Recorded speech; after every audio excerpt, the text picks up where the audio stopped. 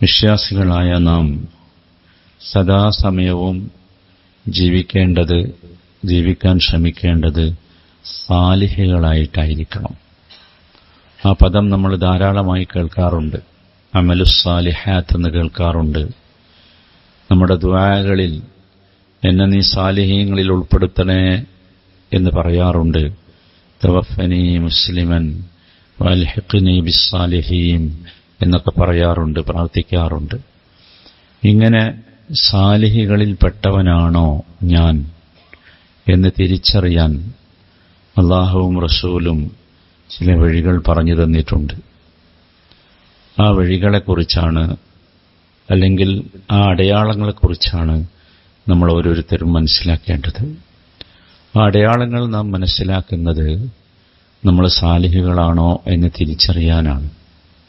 സാലിഹുകളാണെങ്കിൽ നമ്മൾ രക്ഷപ്പെടും, ദുനിയാവിലും രക്ഷപ്പെടും, ആഖിറത്തിലും രക്ഷപ്പെടും. അതാണ് അല്ലാഹു തആല നമ്മളെ കേൾപ്പിച്ചത്. സൂറത്തുൻ നഹ്ലിലെ ഒരു വചനമാണ് ഞാൻ നിങ്ങളെ കേൾപ്പിച്ചത്. മൻ അമില സാലിഹൻ മിൻ ദക്കരിൻ ഔ ഉൻസാ വഹുവ മുഅ്മിൻ.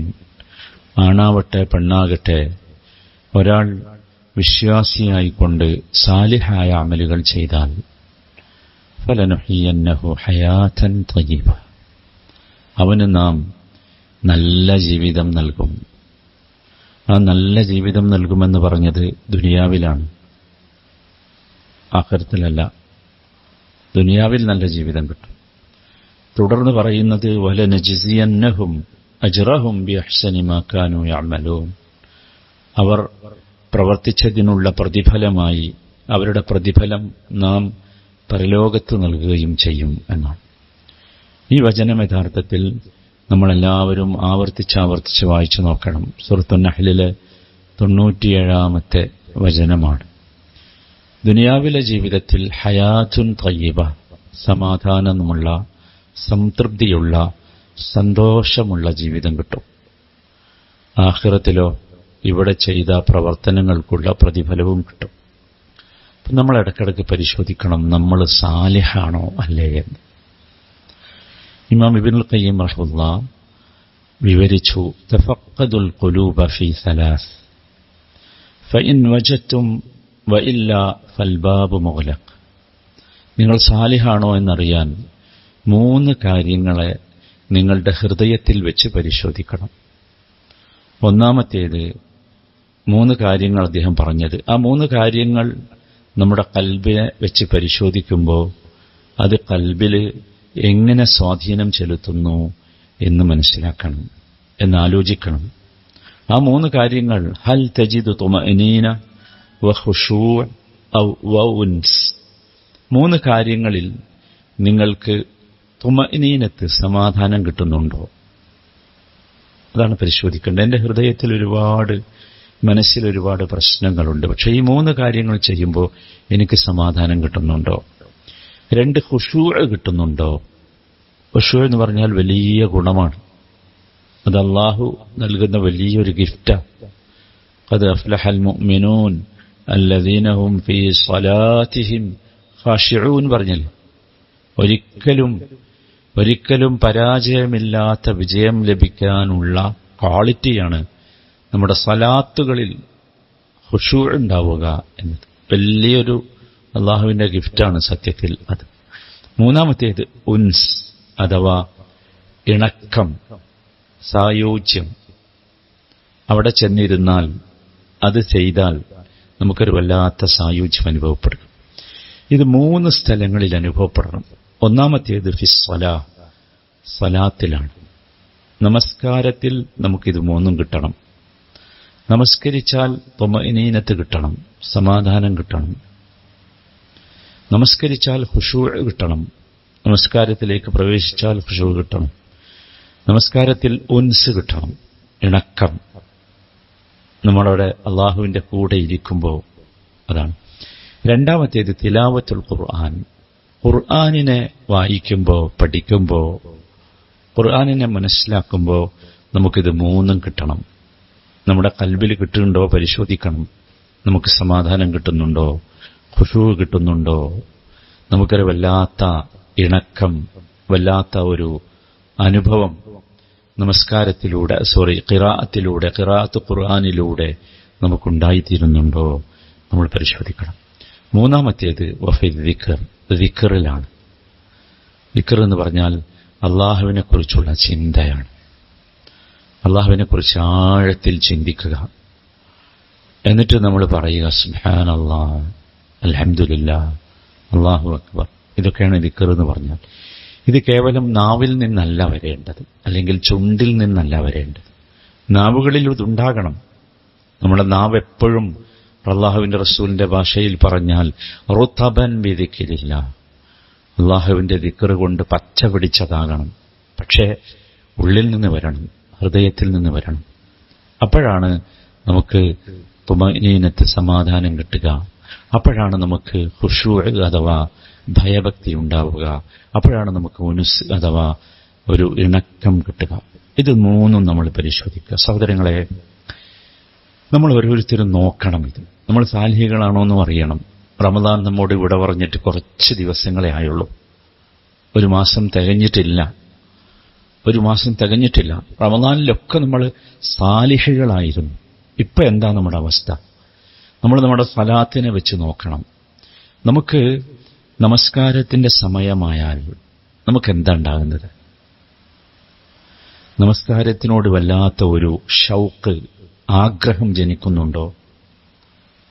അള്ളാഹുവിന്റെ ബൈത്തായ മസ്ജിദിലേക്ക് ചെല്ലാൻ, സ്പീഡിൽ ചെല്ലാൻ നമുക്ക് ആർത്തി തോന്നുന്നുണ്ടോ? അതല്ല, അതൊരു ഭാരമായാണോ അനുഭവപ്പെടുന്നത്? റമദാനിൽ നമ്മൾ കൃത്യസമയത്ത് നമസ്കരിച്ച നമുക്ക് റമദാൻ അല്ലാത്തപ്പോ, ആദാൻ കേട്ടപ്പോ, നമസ്കാരത്തിനുള്ള വിളി കേട്ടപ്പോ കുറച്ച് കഴിയട്ടെ എന്ന് തോന്നിയോ? പിന്നീടാകാം എന്ന് തോന്നിയോ? പരിശോധിക്കണം. അള്ളാഹുവിന്റെ റസൂൽ, അള്ളാഹു സുബ്ഹാനഹു വ തആല ഒരു വിഭാഗം ആളുകളെക്കുറിച്ച് പറയുന്നുണ്ട്. അവരുടെ സ്വഭാവം പറഞ്ഞത് വഇദാ ഖാമു ഇലസ്സലാ ഖാമു കുസാല. സലാത്തിന് വേണ്ടി നിന്നാൽ അവർക്ക് ഭയങ്കരമായ അലസത വരും. അലസതയുടെ അടയാളങ്ങൾ സലാത്തിൽ കാണും. അല്ലാത്ത വല്ലതിനും അവർ നിന്നാലോ ഒരു പ്രശ്നമില്ല, ഭയങ്കര ഹാപ്പി ആയിരിക്കും. പരിശോധിക്കണം നാം, ഇതുണ്ടോ നമുക്ക്? യുറാഊനന്നാസ്, അവരുടെ നമസ്കാരം പോലും പലപ്പോഴും ആളുകൾ കാണൂലേ എന്ന് വിചാരിച്ചായിരിക്കും. വലാ യദ്കുറൂനല്ലാഹ ഇല്ലാ ഖലീല, ആ നമസ്കാരത്തിൽ കുറച്ചേ അവർ അല്ലാഹനെ ഓർക്കും, ബാക്കിയൊക്കെ വേറെന്തൊക്കെയോ ഓർത്തിട്ടുണ്ടാകും. അങ്ങനെയുള്ള ഒരു വിഭാഗം നമസ്കാരക്കാരെക്കുറിച്ച് അള്ളാഹു പറയുന്നുണ്ട്. ആ ആയത്തിന്റെ ആദ്യത്തെ ഭാഗം കേട്ടാൽ നമ്മൾ ഞെട്ടിപ്പോകും. ആരാന്നറിയോ? ഇന്നൽ മുനാഫിഖൂൻ യുഖാദിഊനല്ലാഹ് വഹുവ ഖാദിഉഹും. തീർച്ചയായും മുനാഫിഖുകൾ അവര് യുഖാദിഊനല്ലാഹ്, അവര് വിചാരിക്കുന്നത് അവർ അള്ളാഹുവിനെ ചതിക്കുകയാണ് എന്നാ. ഉള്ളിൽ വേറെയും പുറത്ത് പറയും അള്ളാഹിനെ ചതിക്കുക എന്നാ. സത്യത്തിൽ അള്ളാഹുവിനെ അവർ ചതിക്കാൻ കഴിയോ? വഹുവ ഖാദിഉഹും, അള്ളാഹുവാണ് അവരെ ചതിക്കുന്നത്. അള്ളാഹ്ക്കറിയാം അവരാരാന്ന്. അവരുടെ സ്വഭാവമാണിത്. സഹോദരങ്ങൾ, നമ്മൾക്ക് ശരിക്കും ശ്രദ്ധിക്കണം. ഈ സ്വഭാവം നമുക്കുണ്ടോ? ഉണ്ടെങ്കിൽ നമ്മൾ ചീത്തയാണ്, നമ്മൾ നന്നായിട്ടില്ല, നമ്മൾ അമലുകൾ ശരിയായിട്ടില്ല, നമ്മൾ സാലിഹായിട്ടില്ല. നമ്മൾ ശ്രദ്ധിക്കണം സഹോദരങ്ങളെ. അതുപോലെ ശ്രദ്ധിക്കുക. നമുക്ക് ഷഹവാത്തുകളുടെ മുമ്പിൽ, ദേഹേച്ഛകളുടെ മുമ്പിൽ, ആഗ്രഹങ്ങളുടെ മുമ്പിൽ നമുക്കെന്തൊരു ഫീലിംഗ് ആണ് ഉണ്ടാകുന്നത് എന്ന്. ദേഹേച്ഛ, ദേഹം ആഗ്രഹിക്കുന്ന, മനസ്സാഗ്രഹിക്കുന്ന, അള്ളാഹു വിരോധിച്ചതാണെങ്കിൽ പോലും, റസൂലുള്ളാഹിക്ക് ഇഷ്ടപ്പെട്ടതല്ലെങ്കിൽ പോലും ആ കാര്യങ്ങൾ ചെയ്യാൻ നമുക്ക് സന്തോഷമുണ്ടോ? ഇഷ്ടമുണ്ടാകുന്നുണ്ടോ? അതല്ല വെറുപ്പാണോ ഉണ്ടാകുന്നത്? നോക്കൂ, അള്ളാഹു നിഷിദ്ധമാക്കിയതിലേക്ക് നോക്കാൻ, അള്ളാഹു നിഷിദ്ധമാക്കിയത് കാണാൻ, അള്ളാഹു നിഷിദ്ധമാക്കിയത് രുചിക്കാൻ നമുക്കെന്താ സംഭവിക്കുന്നത്? അതിന് നമ്മൾ കൊതിക്കുന്നുണ്ടോ? നമ്മുടെ മനസ്സ് കൊതിക്കുന്നുണ്ടോ? നമ്മൾ പരിശോധിക്കണം. അതല്ല, അത്തരം ശഹവത്തുകളിൽ നിന്ന് നമ്മൾ അകലുകയാണോ ചെയ്യുന്നത്? ചിലപ്പോൾ നമ്മൾ അള്ളാഹു തരുന്ന ഗിഫ്റ്റാണതും. നമ്മൾ ആഗ്രഹിച്ചാൽ അള്ളാഹു അകറ്റിത്തരും. നമ്മൾ അതിനോട് ഇമ്പം കാണിച്ചാൽ, ഇഷ്ടം കാണിച്ചാൽ സ്വാഭാവികമാണ്. അതാണ് നിയമം. അതാണ് അള്ളാഹു മനുഷ്യനെ സൃഷ്ടിച്ചപ്പോൾ ഉണ്ടാക്കിയ ശാരീരിക നിയമം അതാണ്. നമ്മൾ പരിശോധിക്കണം. ഇനി നോക്കൂ, അങ്ങനെ വല്ലപ്പോഴും വല്ല ശഹ്വത്തുകളും വല്ല ദേഹേച്ഛകൾക്കും അടിമപ്പെട്ട് അതിൽ പെട്ടുപോയാൽ നമ്മുടെ ഹൃദയത്തിൽ വല്ലാത്ത ഒരു കരിച്ചിൽ തോന്നുന്നുണ്ടോ? വേദന തോന്നുന്നുണ്ടോ? എന്റെ ഹൃദയം കത്തിപ്പോയും തോന്നുന്നുണ്ടോ? ചെയ്യരുതായിരുന്നു എന്ന് തോന്നിയിട്ടുണ്ടോ? പരിശോധിക്കണം. നമ്മൾ സാലിഹാണോ അല്ലേ എന്നറിയാൻ അള്ളാഹു നിശ്ചയിച്ച പരീക്ഷണോപാധിയാണ് സഹോദരങ്ങളെ രണ്ടാമത്തേത്. അള്ളാഹു അത് പഠിപ്പിക്കുന്നുണ്ട്. സുയ്യിന ലിന്നാസി ഹുബ്ബു ഷഹവാത്ത്, ഷഹ്വത്തുകളോടുള്ള ദേഹേച്ഛകളോടുള്ള സ്നേഹം, പ്രേമം, അത് മനുഷ്യർക്ക് ഭംഗിയാക്കപ്പെട്ടിരിക്കുന്നു. എന്നിട്ട് ഒരുപാട് ഷഹ്വത്തുകളെ എണ്ണിപ്പറഞ്ഞു അള്ളാഹു. അതോരോന്നും നമ്മുടെ ജീവിതവുമായി ബന്ധപ്പെട്ടതാണ്. ഒന്നാമത്തേത് ഇണകളാണ്, രണ്ടാമത്തേത് മക്കളാണ്, മൂന്നാമത്തേത് സമ്പത്താണ്, നാലാമത്തേത് വാഹനങ്ങളാണ്, അഞ്ചാമത്തേത് കാർഷിക സമ്പത്തുകളാണ്. ഇതൊക്കെ എണ്ണി പറഞ്ഞിട്ട് അള്ളാഹു പറഞ്ഞു, ذَلِكَ مَتَاعُ الْحَيَاةِ الدُّنْيَا. ഇതൊക്കെ അള്ളാഹു നിശ്ചയിച്ചതാണ്. ഇതിനോടൊക്കെ നമുക്ക് ഇഷ്ടം തോന്നുന്നില്ല. നമ്മൾ ഈ പറഞ്ഞതൊക്കെ നമുക്ക് വേണമെന്ന് തോന്നുന്നില്ലേ? വേണം, സംശയമൊന്നുമില്ല. പക്ഷെ അറിയണം, ഇത് ഹയാത്തുദ്ദുനിയയുടെ മാത്രം വിഭവങ്ങളാണ്. ഇവിടെ മാത്രമേ ഈ ചരക്ക് പോകൂ. ഈ പറഞ്ഞതൊക്കെ വല്ലാഹു ഇൻദഹു ഹുസ്നുൽ മആബ്. അപ്പൊ നമ്മൾ അള്ളാഹുവിന്റെ അടുത്ത് ചെന്ന് അള്ളാഹുവിന്റെ അടുത്ത് ഇതിനേക്കാൾ നല്ലതുണ്ട് മടങ്ങിച്ചെല്ലുമ്പോൾ കിട്ടാൻ. സാധാരണ അപ്പൊ നമ്മൾ പരിശോധിക്കണം, നമ്മുടെ ദേഹേച്ഛകളുടെ അടിമകളായി നമ്മൾ മാറിപ്പോകുന്നുണ്ടോ എന്ന്. തെറ്റുകൾ മനുഷ്യന് വരും, പക്ഷെ തെറ്റുകളുടെ അടിമകളാകുന്നുണ്ടോ പരിശോധിക്കണം. നിസ്കരിക്കാൻ നിന്നാൽ, ഖുർആൻ ഓതാൻ നിന്നാൽ, ദിക്ർ ചെയ്യാൻ നിന്നാൽ എന്റെ മുമ്പിൽ അവളുടെ ചിത്രം വരുന്നു, അല്ലെങ്കിൽ അവന്റെ ചിത്രം വരുന്നു. ഇന്നത്തെ യുവസമൂഹത്തിന്റെ വല്ലാത്ത ഒരു ഒരു ഒരു ഒരു പരീക്ഷണമാണിത്. കുട്ടികൾ വന്ന് പറയാം, എന്താ ചെയ്യാൻ, നിസ്കരിക്കാൻ കഴിയില്ല. നിസ്കരിക്കാൻ നിന്നാൽ അവളുടെ മുഖം ഇങ്ങനെ വരികയാണ്. ഖുർആൻ ഓതാൻ നിന്നാൽ ഖുർആന്റെ പേജിൽ അവളുടെ മുഖം വരുന്നു. ദിക്റിന് വേണ്ടി ഇരുന്നാൽ, ഒറ്റയ്ക്ക് ഇരുന്നാൽ അവളുടെ സ്മരണകളാണ്. ഏതാണ് ഈ അവൾ? അവളാകാം, അവനാകാം. ഏതാണ് ഈ അവളും അവനും? ഈ അവളും അവനും ഏതാന്ന് ചോദിച്ചാൽ എന്റെ ഷഹ്വത്താണ്. അത് അള്ളാഹു അനുവദിച്ചതാകാം, അനുവദിക്കാത്തതാകാം. അനുവദിക്കാത്തതാണെങ്കിൽ പറ്റ മോശം. അനുവദിച്ചതാണെങ്കിൽ പോലും സഹോദരങ്ങളെ, അനുവദിച്ചതാണെങ്കിൽ പോലും ഇത്തരം വേളകളിൽ നമ്മുടെ മുമ്പിലേക്ക് കടന്നു വരേണ്ടത് അതൊന്നുമല്ല, അവരൊന്നുമല്ല, അവളല്ല, അവനല്ല. എന്തുകൊണ്ട് കടന്നു വരുന്നു എന്ന് ചോദിച്ചാൽ നമുക്ക് ഷഹ്വത്തുകളോടുള്ള ആർത്തി വർദ്ധിച്ചു, ദുനിയാവുമായുള്ള തഅല്ലുഖ് വർദ്ധിച്ചു, ദുനിയാവുമായുള്ള വല്ലാത്ത കെട്ടിപ്പിടുത്തം. നമ്മൾ അറിഞ്ഞില്ല, ഇതൊക്കെ വിട്ടുപോകേണ്ടി വരും എന്ന് പരിശോധിക്കണം. എന്റെ സഹോദരിമാർ പ്രത്യേകിച്ച് പരിശോധിക്കണം. അള്ളാഹുവിന്റെ ഹുറുമാത്തുകളെ ബഹുമാനിക്കാൻ നമുക്കാവുന്നുണ്ടോ എന്ന്. അള്ളാഹുവിന്റെ ഹുറുമാത്തുകളുണ്ട്, അള്ളാഹുവിന്റെ ചിഹ്നങ്ങളുണ്ട് എന്റെ സഹോദരിമാരുടെ ജീവിതത്തിൽ. അവർ ചിന്തിക്കണം, പുറത്തേക്ക് ഇറങ്ങുമ്പോ ഹിജാബ് ധരിക്കാൻ തോന്നുന്നുണ്ടോ ഇല്ലയോ? അതല്ല, എന്റെ സൗന്ദര്യം മുഴുവൻ പുറത്തുള്ള എല്ലാവരും കാണണമെന്ന രീതിയിൽ സൗന്ദര്യവർദ്ധക വസ്തുക്കൾ ഉപയോഗിക്കാനാണോ തോന്നുന്നത്? പരിശോധിക്കണം. നമ്മുടെ സലാഹ് അവിടെയാണ് ബോധ്യമാകുന്നത്. എനിക്ക് ഒരു അഫീഫയായ, ഒരു പതിവ്രതയായ, ഒരു നല്ല സ്ത്രീയാകണമെന്നാണോ എന്റെ ഉള്ളിലുള്ളത്? അല്ല, എല്ലാവരാലും ആകർഷിക്കപ്പെടുന്ന ആകർഷണീയമായ ഒരു വ്യക്തിത്വത്തിന്റെ ഉടമയാകണമെന്നാണോ നമ്മുടെ തീരുമാനം? ചോദിക്കണം, സ്വന്തത്തോട് ചോദിക്കണം. അതാണ് എന്റെ സഹോദരിമാർ ശ്രദ്ധിക്കണം. എന്റെ ഭർത്താവിന്റെ കണ്ണുകൾ മറ്റുള്ള സ്ത്രീകളെ നോക്കുന്നതിൽ നിന്ന് തടയാൻ എനിക്കായിട്ടുണ്ടോ ഇല്ലയോ? പരിശോധിക്കണം. എന്റെ സ്വഭാവം കൊണ്ട്, എന്റെ ശരീരം കൊണ്ട്, എന്റെ ജീവിതം കൊണ്ട്, എന്റെ സംസാരം കൊണ്ട്, എന്റെ പെരുമാറ്റം കൊണ്ടായിട്ടുണ്ടോ ഇല്ലയോ? ബാധ്യതയാണത്, നിർബന്ധമായ ബാധ്യതയാണ്. പരിശോധിക്കണം. പരിശോധിക്കണം.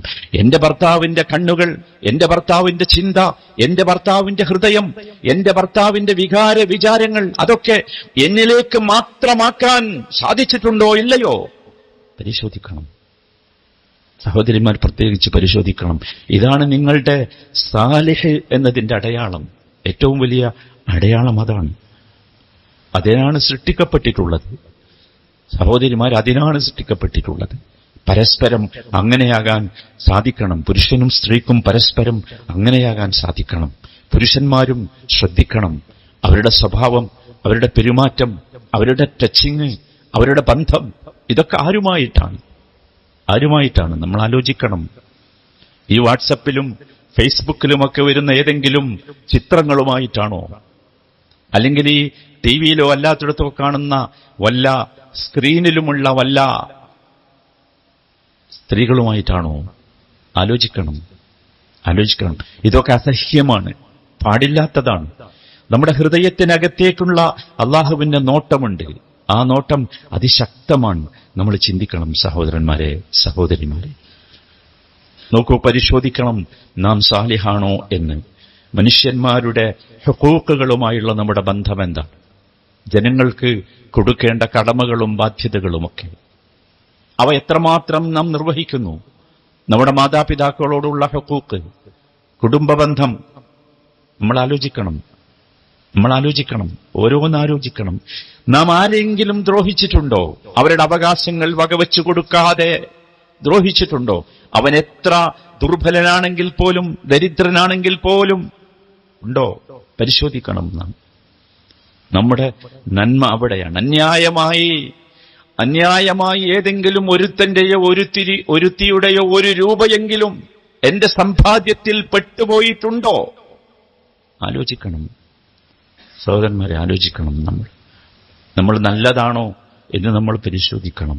ഒറ്റയ്ക്കെപ്പോഴെങ്കിലും ജീവിതത്തിൽ ഇരിക്കേണ്ടി വന്നാൽ എങ്ങോട്ടാണ് എന്റെ മനസ്സ് പോകുന്നത്? എനിക്കെന്തിലാണ് ആസ്വാദനം കിട്ടുന്നത്? വിശേഷിച്ച് എന്റെ യുവതികൾ ശ്രദ്ധിക്കണം. ഒറ്റയ്ക്ക് കുറച്ച് സമയം കിട്ടിയാൽ ഇന്ന് എവിടെയാണ് നാം? നിങ്ങൾ ആലോചിച്ചു, അഭിരമിക്കുകയല്ലേ? സോഷ്യൽ മീഡിയയിൽ അഭിരമിക്കുകയാണ്. ഇതല്ലേ ഇന്നത്തെ സംസ്കാരം? കുറച്ച് സമയം ഒറ്റയ്ക്ക് കിട്ടിയാൽ. ഇന്ന് പണ്ടൊക്കെ സമയം കൊല്ലുക എന്ന് പറഞ്ഞൊരു പണി ഉണ്ടായിരുന്നു. അതിനുവേണ്ടിയുള്ള പല ഗെയിംസുകളും ഉണ്ടായിരുന്നു. ഇപ്പം ആരും സമയം കൊല്ലുന്നില്ല. കാരണം ഇതിൽ ലയിച്ചു പോയിരിക്കുകയാണ്. ഇതിൽ വല്ലാത്ത ഒരു ആസ്വാദനം, ഇതിന് വല്ലാത്ത ഒരു മധുരം. സഹോദര, മനസ്സിലാക്കണം, അള്ളാഹു നമുക്ക് ഒഴിഞ്ഞിരിക്കാൻ അവസരം നൽകുന്നത് ഒരു കടുത്ത പരീക്ഷണമാണ്. അള്ളാഹുവിന്റെ കൂടെ ഒഴിഞ്ഞിരിക്കാൻ നമുക്കാവുന്നുണ്ടോ എന്ന പരിശോധന.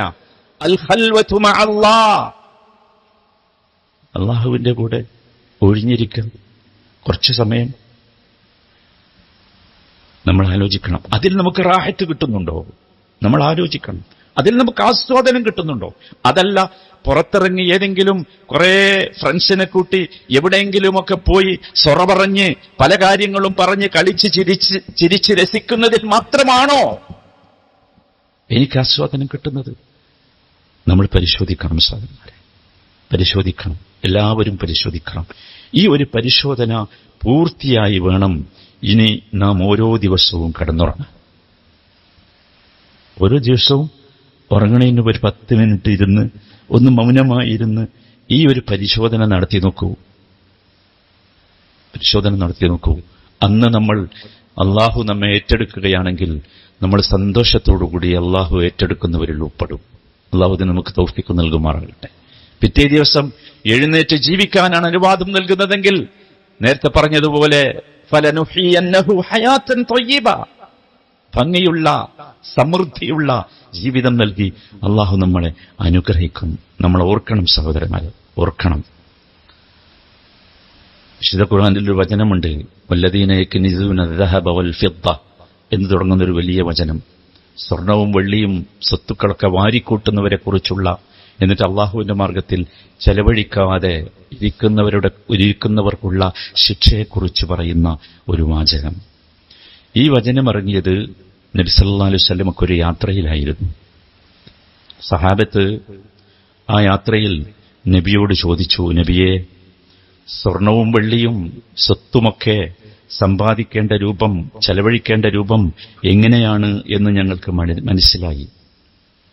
അതൊന്നും വല്ലാതെ അള്ളാഹുവിന്റെ മാർഗത്തിൽ ചെലവഴിക്കാതെ അനാവശ്യമായി സംഭരിച്ചു വെച്ചുകൂടാ എന്ന് ഞങ്ങൾക്ക് ബോധ്യമായി. എങ്കിൽ അയ്യുൽ മാലി ഖൈറുൻ ഫനത്തഖിദുഹു, ഏതൊരു സമ്പത്താണ് നബിയെ ഞങ്ങൾക്ക് ഏറ്റവും കൂടുതൽ സ്വരൂപിച്ചു വെക്കാൻ, സ്വീകരിക്കാൻ അവകാശമുള്ളത് എന്ന് വല്ലാത്തൊരു ചോദ്യമല്ലേ.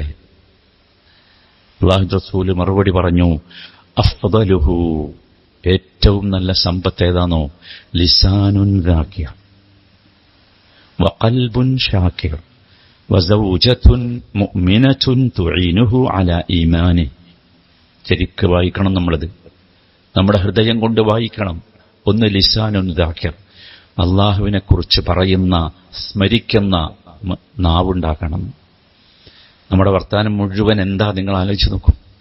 അള്ളാഹുവിനെ കുറിച്ച് പറയാൻ നമുക്കൊരു ദിവസം നമ്മൾ സംസാരിക്കുന്ന സംസാരത്തെ ഒരു ദിവസം രാത്രി കിടന്നുറങ്ങുന്നതിന് മുമ്പ് നമ്മളൊന്ന് അനാവരണം ചെയ്തു നോക്കണം. ഇന്ന് എത്ര തവണ ഞാൻ അള്ളാഹുവിനെ കുറിച്ച് പറഞ്ഞിട്ടുണ്ട് എന്ന്. അതാണ് ദിക്ർ, ലിസാനുൻ ദാകിർ. രണ്ടാമത്തേത് വഖൽബുൻ ഷാകിർ, നമ്മുടെ ഹൃദയത്തിലേക്ക് നോക്കണം. ഹൃദയമാണ് നമ്മുടെ നന്മയുടെ സ്ഥലം. അതിൽ ശുക്റുണ്ടോ ഇല്ലേ? ഇന്ന് ജീവിച്ചനുഭവിച്ചതിനൊക്കെ ആ വിഭവങ്ങൾ നൽകിയ റബ്ബിനോടുള്ള ശുക്ർ, നന്ദി, ഗ്രാറ്റിറ്റ്യൂഡ് ഉണ്ടോ ഇല്ലേ? മനുഷ്യന് വല്ലാത്ത ദുരവസ്ഥയിലാണുള്ളത്. പരിശോധിക്കണം സഹോദരന്മാരെ. മൂന്നാമത്തേത് വസൗജത്തുൻ മുഅ്മിനത്തുൻ തുഈനുഹു അലാ ഈമാനിഹി, തന്റെ ഈമാൻ നിലനിർത്താൻ വേണ്ടി സഹായിക്കുന്ന ഇണ. ഇതാണ് ഏറ്റവും വലിയ മൂന്നാമത്തെ സമ്പത്ത്. നമ്മൾ പരിശോധിക്കണം, ഈ ഒരു സമ്പത്തുമായാണോ നമ്മൾ ജീവിക്കുന്നത്? ഈ ഒരു സമ്പത്തുമായാണോ നമ്മുടെ ജീവിതം മുമ്പോട്ട് പോകുന്നത്? എങ്കിൽ നമ്മൾ സാലിഹികളാകും. ആ സാലിഹികളാകാനാണ് നമ്മൾ ആഗ്രഹിക്കേണ്ടത്, കൊതിക്കേണ്ടത്. അള്ളാഹു ആ സൗഭാഗ്യവാന്മാരിൽ നമ്മയൊക്കെ ഉൾപ്പെടുത്തി അനുഗ്രഹിക്കുമാറാകട്ടെ. കഴിഞ്ഞ ദിവസങ്ങളിൽ നമ്മുടെ രാജ്യത്ത് നിന്ന് കേട്ട കൊലപാതകങ്ങളുടെ കഥ നമ്മയൊക്കെ ഞെട്ടിപ്പിച്ചിട്ടുണ്ട്. അത് നമ്മയല്ല, ലോകത്തുള്ള മുഴുവൻ രാഷ്ട്ര നേതാക്കളെയും ഞെട്ടിപ്പിച്ചിട്ടുണ്ട്. നമ്മളിത് ചർച്ച ചെയ്യുന്നത് കേവലം ഒരു കൊല എന്ന നിലക്കല്ല. ഒരുപാട് കൊലപാതകങ്ങൾ നമ്മുടെ രാജ്യത്ത് നടക്കുന്നുണ്ട്. അതൊന്നും നടക്കുമ്പോൾ നമ്മൾ മിമ്പറിൽ വെച്ച് ഇത് ചർച്ച ചെയ്തിട്ടില്ല. ഇത് ചർച്ച ചെയ്യുന്നത് ഇത്തരം കൊലപാതകങ്ങളിൽ ഒരു ഇസ്ലാമിന്റെയും മുസ്ലിമിന്റെയും ഒക്കെ കലർപ്പുണ്ടോ, അല്ലെങ്കിൽ അത്തരം കലർപ്പുകൾ കലർത്താൻ ചിലർ ശ്രമിക്കുന്നുണ്ടോ എന്ന് തോന്നുമ്പോഴാണ്. സഹോദരങ്ങളെ, നമ്മൾ കൃത്യമായി മനസ്സിലാക്കണം, ഇസ്ലാം ആദ്യാവസാനം അതിലുള്ളത് നീതിയാണ്. അതുകൊണ്ട് തന്നെ നീതിയല്ലാത്ത, ന്യായമല്ലാത്ത ഒന്നും ഇസ്ലാമിന്റെ ഭാഗമല്ല. കൃത്യമായിട്ട് നമ്മൾ മനസ്സിലാക്കണം. ഇസ്ലാമിക നിയമം പൂർണ്ണമായും 3 കാര്യങ്ങളിൽ അടിസ്ഥാനപരമായി ഉള്ളതാണ്. ഒന്ന് നീതിയാണ്, രണ്ടാമത്തേത് കാരുണ്യമാണ്, മൂന്നാമത്തേത് നന്മയാണ്. ഇസ്ലാമിന്റെ എല്ലാ നിയമങ്ങളിലും, ശരീഅത്തിന്റെ നിയമങ്ങളിൽ ഇതല്ലാത്ത വല്ലതുമുണ്ടെങ്കിൽ, അങ്ങനെ ആളുകൾ പ്രചരിപ്പിക്കുന്നുണ്ട്, നീതിക്ക് പകരം അനീതിയുണ്ട്, കാരുണ്യത്തിന് പകരം ക്രൂരതയുണ്ട്, എങ്കിൽ അത് സത്യത്തിൽ ശരീഅത്തിൽപ്പെട്ടതല്ല, ഇസ്ലാമിക നിയമങ്ങളിൽപ്പെട്ടതല്ല. ആരോ കടത്തിക്കൂട്ടിയതാ. അതിന് നമുക്ക് ബാധ്യതയില്ല. ഈ കൂട്ടത്തിൽ മനുഷ്യജീവന് ഇസ്ലാം ഏറ്റവും കൂടുതൽ പവിത്രത കൽപ്പിക്കുന്നു, ആദരിക്കുന്നു. ഇസ്ലാം വല്ലാത്ത പവിത്രതയാണ്. അത് മുസ്ലിമാണോ അല്ലയോ എന്ന പ്രശ്നമേയില്ല. മനുഷ്യജീവൻ അത്രമാത്രം പവിത്രതയാണ്. ജീവൻ നഷ്ടപ്പെട്ട മയ്യത്തിനോട് പോലും നബി സല്ലല്ലാഹു അലൈഹി വസല്ലമ കാണിച്ച പവിത്രത നിങ്ങൾ ഓർക്കുന്നില്ലേ? ഒരു ജൂതന്റെ മയ്യത്ത് കൊണ്ടുപോകുമ്പോൾ അള്ളാഹുവിന്റെ റസൂലും സഹാബികളും ഇരിക്കുന്നിടത്ത് റസൂൽ എഴുന്നേറ്റ് നിന്ന് അതിനെ ബഹുമാനിച്ചു. ആദരവ്. വലഖദ് കറംനാ ബനീ ആദം. അള്ളാഹുവിന്റെ വാക്ക് ഭയങ്കര. വലഖദ് കറംനാ ബനീ ആദം. ബനീ ആദം, ആദമിന്റെ മക്കൾ എന്ന് പറഞ്ഞാൽ എല്ലാ മനുഷ്യരുമാണ്. ഇതാണ് ഇസ്ലാമിന്റെ സിദ്ധാന്തം. എല്ലാ മനുഷ്യരെയും നാം ബഹുമാനിച്ചിരിക്കുന്നു. വഹമൽനാഹും ഫിൽ ബർരി വൽ ബഹർ, അവർക്ക് വേണ്ടി യാത്രാ സൗകര്യങ്ങൾ കരയിലും കടലിലും ചെയ്തിരിക്കുന്നു. വറസഖ്നാഹും മിനത് ത്വയ്യിബാത്ത്, വിശിഷ്ടമായ ഭോജ്യവസ്തുക്കൾ നാം അവർക്ക് നൽകിയിരിക്കുന്നു. വഫദ്ദൽനാഹും അലാ കസീരിൻ മിമ്മൻ ഖലഖനാ തഫ്ദീല, നാം സൃഷ്ടിച്ചതിൽ ഏറ്റവും നന്നായി ശ്രേഷ്ഠമായി സൃഷ്ടിച്ചത് മനുഷ്യരെയാണ്. മനുഷ്യർ എന്നാ പറഞ്ഞത്. അവിടെ മുസ്ലിമും മുസ്ലിം അല്ലാത്തവനും വേർതിരിച്ചിട്ടില്ല. മനുഷ്യൻ അവൻ ആദരണീയനാണ്, ശ്രേഷ്ഠനാണ്. അതുകൊണ്ട് തന്നെ മനുഷ്യന്റെ ആദരണീയതക്കോ ശ്രേഷ്ഠതക്കോ നിരക്കാത്തതൊക്കെ വർജിക്കപ്പെടേണ്ടതാണ്. അതിൽപ്പെട്ടതാണ് കൊലപാതകം. കൊലപാതകം തീർത്തും ക്രൂരമാണ്, അനീതിയാണ്, പാടില്ലാത്തതാണ്, ചെയ്യാൻ പാടില്ലാത്തതാണ്. ഇസ്ലാമിന്റെ പേരിൽ ആരെങ്കിലും ചെയ്തതാണെങ്കിൽ പോലും ക്രൂരമാണ്. നമ്മൾ ഒരിക്കലും അതിനെ അനുകൂലിക്കുകയില്ല, അപലപിക്കുന്നു. അത്തരത്തിലുള്ള കൊലപാതകികളെ കണ്ടെത്തുകയും അവരെ ശിക്ഷിക്കുകയും ചെയ്യേണ്ടതുണ്ട്. നോക്കൂ, ഇസ്ലാമിനെ സംബന്ധിച്ചിടത്തോളം മനുഷ്യന് നേരെയുള്ള കൊലപാതകം മാത്രമല്ല ഇസ്ലാം നിരോധിച്ചത്. മറ്റു ജീവജാലങ്ങളുടെ അവകാശങ്ങൾക്കൊക്കെ ഇസ്ലാം വില കൽപ്പിച്ചിട്ടുണ്ട്, മനുഷ്യന് പ്രത്യേകിച്ചുണ്ട് എന്ന് പറഞ്ഞിട്ടുണ്ട്. ഉറുമ്പിനെയും പൂച്ചയെയും വെട്ടുകാലിയെയും വൃക്ഷങ്ങളെയും ഒക്കെ ഇസ്ലാം സംരക്ഷിക്കുന്നുണ്ട്. അവക്കൊക്കെ അവകാശങ്ങളുണ്ട്. അതാണ്. നോക്കൂ, വിശുദ്ധ ഖുർആനിൽ ഭൂമിയിൽ നടന്ന ആദ്യത്തെ കൊലപാതകത്തെക്കുറിച്ച് പറയുന്നുണ്ട്. ആ കൊലപാതകം ഏതാണ് എന്ന് നിങ്ങൾക്കറിയാം. ആ കൊലപാതകത്തെക്കുറിച്ച് പറയുന്ന സൂറത്തുൽ മാഇദയിലെ 4-5 വചനങ്ങളുണ്ട്. ആ വചനങ്ങളിൽ ഖുർആൻ കൊലപാതകിയുടെ പക്ഷം ചേരാതെ വധിക്കപ്പെട്ടവന്റെ പക്ഷത്താണ് നിൽക്കുന്നത്. അതാണ് ഇസ്ലാമിന്റെ സിദ്ധാന്തമെന്ന് പറയുന്നത്. വധിക്കപ്പെട്ടവന്റെ പക്ഷത്താണ് ഇസ്ലാം. വധിക്കപ്പെട്ടവൻ ആക്രമിക്കപ്പെടുമ്പോൾ സ്വീകരിച്ച സംയമനം അത് ഭയങ്കര. കൊലയാളി വന്ന് കൊല്ലപ്പെട്ടവനോട് പറയുന്നുണ്ട്, ഞാൻ നിന്നെ കൊല്ലും. അപ്പോ കൊല്ലപ്പെടാൻ പോകുന്നവൻ പറയുന്ന ഒരു വാചകമുണ്ട്. അതാണ് ഇസ്ലാമിന്റെ സിദ്ധാന്തം. ലഇൻ ബസത്ത ഇലയ്യ യദക ലിതഖ്തുലനി, നീ എന്നെ കൊല്ലാൻ വേണ്ടി നിന്റെ കൈ നീട്ടിയാൽ മാ അന ബിബാസിത്തിൻ യദി ലിയഖ്തുലക്, എന്റെ കൈ നിന്നെ കൊല്ലാൻ ഞാൻ നീട്ടൂല. എന്താ കാര്യം? എനിക്കധികാരമല്ല. ഇന്നി അഖാഫുല്ലാഹ റബ്ബൽ ആലമീൻ, ഞാൻ റബ്ബുൽ ആലമീനായ അല്ലാഹുവിനെ ഭയപ്പെടുന്നു. ഈ കൊലപാതകത്തിന്റെ കഥ പറഞ്ഞ ശേഷം അല്ലാഹു പറയുന്ന ഒരു വാചകമുണ്ട്, മിൻ അജ്ലി ദാലിക കതബ്നാ അലാ ബനി ഇസ്രായീൽ അന്നഹു മൻ ഖതല നഫ്സൻ ബിഗൈരി നഫ്സിൻ ഔ ഫസാദിൻ ഫിൽ അർദി ഫകഅന്നമാ ഖതല അന്നാസ ജമീഅ. അല്ലാത്ത വാക്ക. ഇത് കഴിഞ്ഞിട്ട് ഈ കൊലപാതകത്തിന്റെ കഥ പറഞ്ഞിട്ട് പറയുന്നു, ഈ കാരണത്താൽ ഇസ്രായേൽ സന്തതികൾക്ക് നാം ഒരു വിധി നൽകുകയാണ്. അതെല്ലാവർക്കും ബാധകമാണ് ആ വിധി. അതെന്താ? മറ്റൊരാളെ കൊന്നതിന് പകരമായോ അതല്ലെങ്കിൽ ഭൂമിയിൽ കുഴപ്പമുണ്ടാക്കിയതിന്റെ പേരിലോ അല്ലാതെ വല്ലവനും ഒരാളെ കൊലപ്പെടുത്തിയാൽ അത് മനുഷ്യരെ മുഴുവൻ കൊലപ്പെടുത്തിയതിന് തുല്യമാണ്. 2 ക്രോസുകൾ വെച്ചിട്ടുണ്ട്. ഒന്ന്, ഒരാളെ കൊന്നു. 2, ഭൂമിയിൽ കുഴപ്പമുണ്ടാക്കി. അത്തരം സന്ദർഭങ്ങളിലെ ഭരണകൂടങ്ങൾക്ക് പോലും ഒരാളെ കൊല്ലാൻ നിർവാഹമുള്ളൂ എന്നതാണ് ഇസ്ലാമിന്റെ നയം. മനുഷ്യർക്കല്ല. എനിക്കും നിങ്ങൾക്കും കത്തിയെടുക്കാനും തോക്കെടുക്കാനുമുള്ള അധികാരം ഇസ്ലാം നൽകുന്നില്ല, ഒരിക്കലുമില്ല. തോക്കെടുക്കാനും കത്തിയെടുക്കാനും അമീർ വേണം, ജിഹാദിനുള്ള വിളി വേണം, ഇസ്ലാമിക ശരീഅത്തനുസരിച്ചുള്ള ഭരണകൂടം വേണം, അല്ലാതെ പറ്റൂല. അതല്ലാതെ ഒരാളെ കൊന്നാൽ അള്ളാഹുവിന്റെ വാക്ക് ശരിക്കും ശ്രദ്ധിക്കണം, ഫകഅന്നമാ ഖതലന്നാസ ജമീഅ, മനുഷ്യരെ മുഴുവൻ കൊന്നതിന് തുല്യമാണത്. വമൻ അഹ്യാഹാ, ഒരാൾക്ക് ജീവിക്കാനുള്ള സന്ദർഭം ഒരുക്കിക്കൊടുത്താൽ, ഒരാളെ കൊലപാതകത്തിൽ നിന്ന് രക്ഷിച്ചാൽ, ഫകഅന്നമാ അഹ്യന്നാസ ജമീഅ, അവൻ മനുഷ്യരെ മുഴുവൻ രക്ഷിച്ചവനെ പോലെയാണ്. ഇതാണ് ഇസ്ലാമിന്റെ സിദ്ധാന്തം. കൊലയാളിയെ പ്രതിക്രിയ ഖിസാസ് എന്ന പേരിൽ കൊല്ലാം. അത് ഇസ്ലാമിന്റെ സിദ്ധാന്തമാണ്. അതും ഭരണകൂടത്തിന് കൊല്ലാം, മനുഷ്യർക്ക് കൊന്നുകൂടാം. അതാകട്ടെ ആ ഖിസാസ് എന്ന് പറയുന്ന ഇസ്ലാമിലെ ശിക്ഷാ നടപടി അത് മനുഷ്യർക്ക് ഭൂമിയിൽ ജീവിക്കാൻ വേണ്ടിയുള്ളതാണ്. കൊലയാളികൾ വളർന്നാൽ ഭൂമിയിൽ സൗര്യമായ ജീവിതം നഷ്ടപ്പെടും. അപ്പോഴാണത് പറഞ്ഞത്. നമ്മൾ മനസ്സിലാക്കണം. നോക്കൂ, ഇബാദുർ റഹ്മാനെ അള്ളാഹു പരിചയപ്പെടുത്തുന്നുണ്ട്. ഇബാദുർ റഹ്മാനെ പരിചയപ്പെടുത്തുന്ന കൂട്ടത്തിൽ സൂറത്ത് ഫുർഖാനിൽ അള്ളാഹു പറയുന്നുണ്ട്, അന്യായമായി കൊലപാതകം ചെയ്യാത്തവരാണ് അവർ എന്ന്. ആ കൂട്ടത്തിൽ പറഞ്ഞത് വേറെന്തൊക്കെയാ അറിയും നിങ്ങൾക്ക്?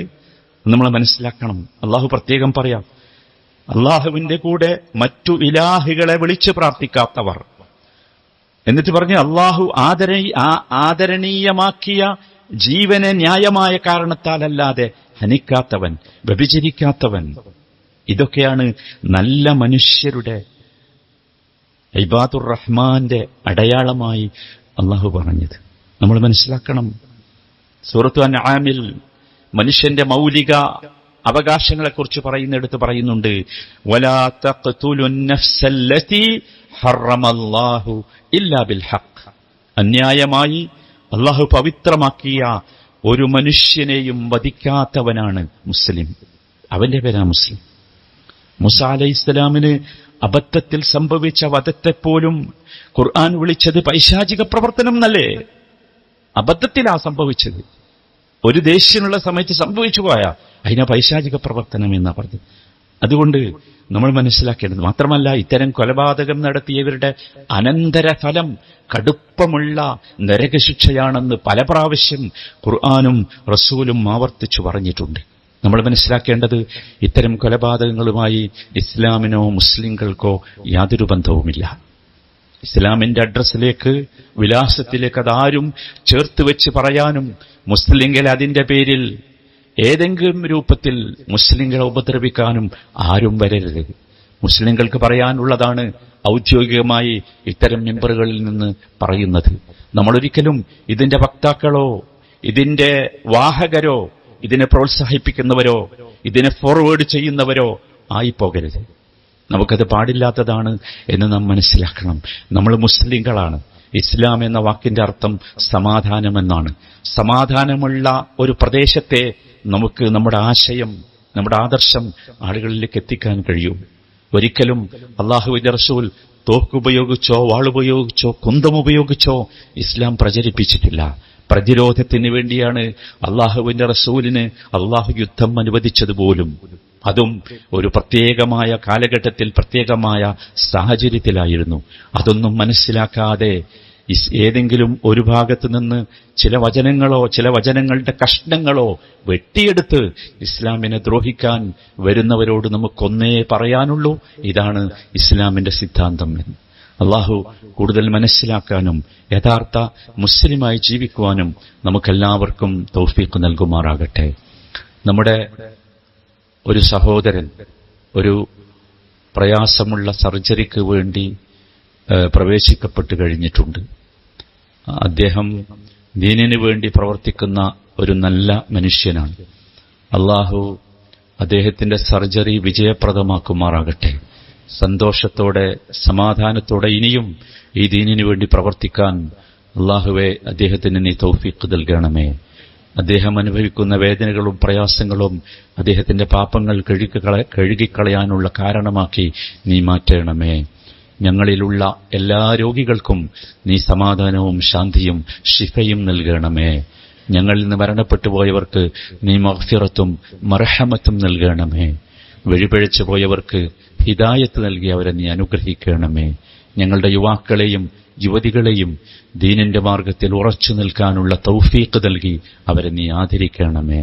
സാലിഹുകളായി ജീവിക്കുവാനും സാലിഹുകളായി നിന്നെ കണ്ടുമുട്ടുവാനും സാലിഹുകളുടെ കൂട്ടത്തിൽ ജന്നാത്തുൽ ഫിർദൗസിൽ ഒരുമിച്ച് ചേരാനും അർഹമുർ റഹീമീനായ റബ്ബേ ഞങ്ങൾക്ക് നീ തൗഫീഖ് നൽകണമേ.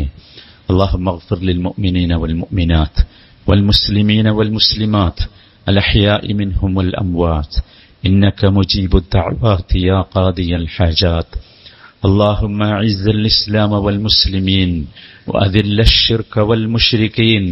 اللهم انصر إخواننا المسلمين في كل مكان. اللهم انصر إخواننا المسلمين في كل مكان. اللهم انصر إخواننا في فلسطين وفي سوريا وفي كل البلدان يا رب العالمين. ربنا ظلمنا أنفسنا وإن لم تغفر لنا وترحمنا لنكونن من الخاسرين. ربنا اغفر لنا ولوالدينا ورب ارحمهما كما ربيانا صغيرا. ربنا اغفر لنا ولإخواننا الذين سبقونا بالإيمان ولا تجعل في قلوبنا غلا للذين آمنوا ربنا إنك رؤوف رحيم. توفنا مسلمين وألحقنا بالصالحين برحمتك يا أرحم الراحمين. صلى الله وسلم على سيد المرسلين وعلى آله وصحبه أجمعين والحمد لله رب العالمين.